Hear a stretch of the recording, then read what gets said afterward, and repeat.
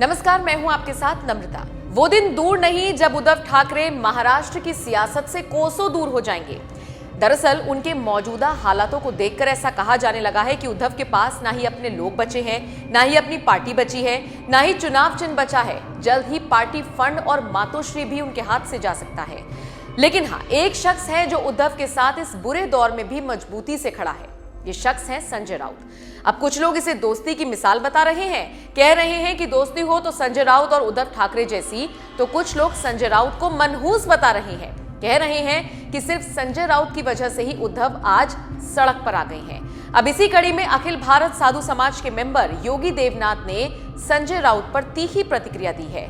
योगी देवनाथ ने संजय राउत पर तंज कसा। उनकी एक तस्वीर को अपने ट्विटर पर शेयर करते हुए योगी देवनाथ ने लिखा, बंदा पूरी शिवसेना को खा गया, उद्धव ठाकरे को रोड पर ले आया। योगी देवनाथ के इस ट्वीट पर सोशल मीडिया यूजर्स भी जमकर मजे ले रहे हैं और संजय राउत को ट्रोल कर रहे हैं। जैसे एक यूजर ने लिखा, इस आदमी ने महाराष्ट्र में शिवसेना की सरकार व शिवसेना पार्टी व चुनाव निशान तीर कमान को पूरी तरह से खत्म कर दिया, पर कभी अपने ऊपर घमंड नहीं किया।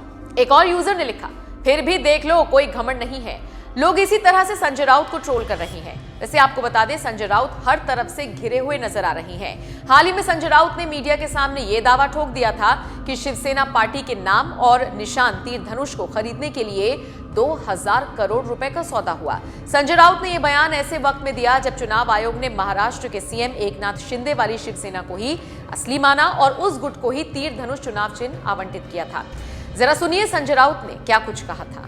देश को अवगत किया है कि जिस तरह से शिवसेना और शिवसेना का जो निशानी है तीर कमान, वो हमसे छीन लिया है। वो न्याय नहीं है, वो सत्य नहीं है, वो एक व्यवहार और व्यापार हो गया, खरीद लिया गया। और अब तक 2000 करोड़ रुपए की लेन देन उस मामले में हुई है, सिर्फ शिवसेना से चिन्ह और नाम छीनने के लिए। ये मेरा प्राथमिक अंदाज है, जिसे आप एफआईआर कहते हो, first information report. This is FIR, ये मेरा एफआईआर है। ये निर्णय खरीदा हुआ निर्णय 2000 करोड़ का व्यवहार अब तक हो चुका है 6 महीने में, सिर्फ चिन्ह और नाम के लिए। जो सरकार, जो नेता, जो बेईमान लोगों का गुट विधायक खरीदने के लिए 50-50 करोड़ का दाम लगाता है, सांसद खरीदने के लिए 100 करोड़ का बोली लगाता है, हमारे पार्षद और हमारे शाखा प्रमुख खरीदने के लिए 1 करोड़ का 50 लाख का दाम लगाते हैं। वो तो चिन्ह, पार्टी का चिन्ह और पार्टी का नाम खरीदने के लिए कितने की बोली लगा सकता है, आप अंदाजा लगा सकते हैं। मेरी जानकारी है 2000 करोड़। अब एक तरफ संजय राउत ने इस तरह का बयान दिया तो वहीं दूसरी तरफ उद्धव ने इस फैसले को सुप्रीम कोर्ट में चुनौती देने की बात कही थी। आपको उद्धव के बयान के साथ छोड़े जा रहे हैं। फिलहाल आप इस पर क्या राय रखते हैं? कमेंट बॉक्स में अपनी राय हमें जरूर दें। ये सरासर अन्याय है। मैंने जैसे कहा कि अब अपने देश में तानाशाही की शुरुआत हो गई है, ऐसा ऐलान अपने प्रधानमंत्री कर दे तो ज्यादा अच्छा रहेगा, क्योंकि अब प्रजातंत्र तो देश में रहा नहीं।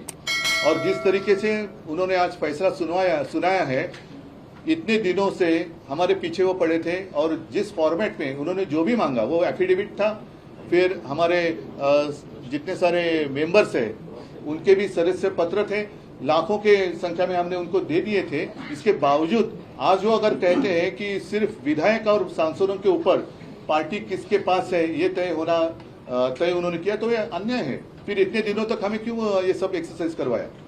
पार्टी तो मेरे साथ है, आम जनता तो मेरे साथ है, और इसलिए मैंने कहा कि लगातार मैं चुनौती देते आया कि हिम्मत है तो सामने आ जाओ, मैदान में आ जाओ, चुनाव ले लो। चुनाव लेने की तो उनमें हिम्मत नहीं थी, लेकिन अब ऐसे लग रहा है, हालांकि आज अपने महाराष्ट्र में 2 उपचुनाव चल रहे हैं। मैं साधारणतः आपण असं मानतो की आचारसंहिता असताना तिकडे कोणी काय करू नये। अगर वो कानून खुद निवडणूक आयोग ही तोड़ रहा है, जिस राज्य में आचार संहिता जारी है, उसी वक्त उन्होंने फैसला दिया है, तो अब ऐसे लगने लगा कि जिस जल्दबाजी में उन्होंने हमारा धनुष्यबाण और नाम उनको दे दिया है, तो शायद अब आने वाले 2-3 महीने में वो इलेक्शन भी ले लेंगे। सर, आपने कहा था कि लाल किले से प्रधानमंत्री को ऐलान करना चाहिए। अगर देखो, हम तो कहते कि अब तो वो तो कहते कि पहले कांग्रेस ने भी सरकार गिराई थी, उन्होंने भी, अगर उन्होंने ऐसे किया था तो इसलिए तो आप तो लोगों ने चुन कर लाया ना वहां पर। अगर कांग्रेस ने उस वक्त इमरजेंसी लागू की थी तो आप भी इमरजेंसी लागू करना चाहते हैं, लेकिन उस वक्त इंदिरा जी में इतनी एक हिम्मत थी कि हाँ भाई इमरजेंसी देश पे डिक्लेयर कर रही हूँ, उन्होंने डिक्लेयर किया था। ये तो इनमें हिम्मत नहीं है। सर, आपने कहा कि चुनाव आयोग निष्पक्ष नहीं है, तब ये फैसला सुना है।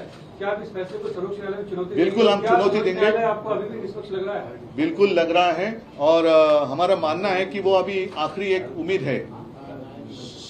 देश की जो कोर्ट है, देश का सर्वोच्च कोर्ट है, वो आखिरी उम्मीद रही है कि ये प्रजातंत्र देश में जिंदा रहे या मर जाए।